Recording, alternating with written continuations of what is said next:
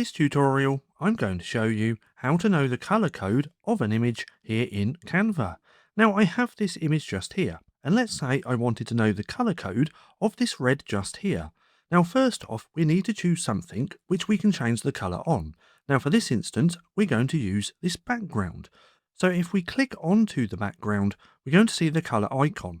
Now if we click on here, then come to the plus icon, we can then use this eyedropper just here.